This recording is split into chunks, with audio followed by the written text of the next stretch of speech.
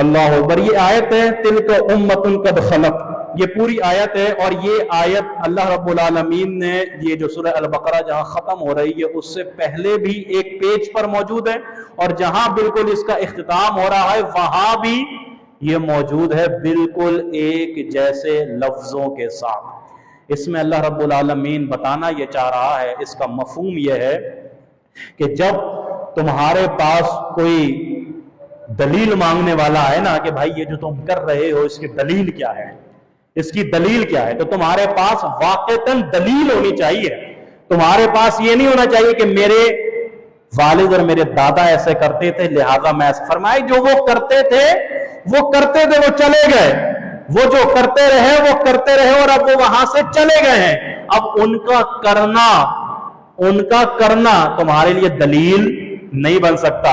اگر تمہارے باپ دادا معذرت کے ساتھ چور تھے، ڈاکو تھے، لٹیرے تھے، تو اب اگر تم یہ کام کرو گے اور تم سے پوچھو کہ تم یہ کیوں کر رہے ہو، تم کہو گے میرے باپ دادا یہ کرتے تھے اس لیے میں یہ کر رہا ہوں. تو یہ دلیل تو نہیں ہوئی نا.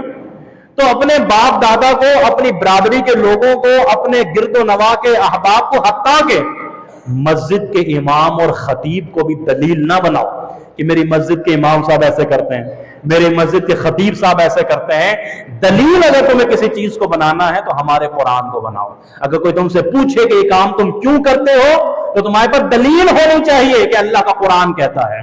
کوئی تم سے پوچھے کہ یہ کام تم کیوں نہیں کر رہے، تمہارے پاس دلیل ہونی چاہیے کہ اللہ کا قرآن اس چیز سے منع کر رہا ہے.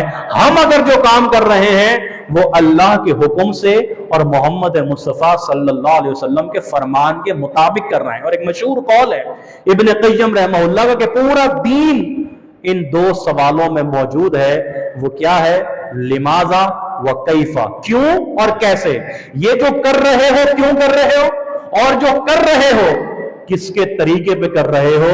جواب بہت سارے غلط ہیں اس کے اندر، لیکن اس میں جو صحیح جواب ہے وہ یہ ہے کہ بھائی میں جو بھی کام کر رہا ہوں عبادت کا وہ اللہ کے لیے کر رہا ہوں، اور عبادت کے کام کا جو طریقہ ہے وہ کیفا وہ محمد مصطفیٰ صلی اللہ علیہ وآلہ وسلم کا ہے.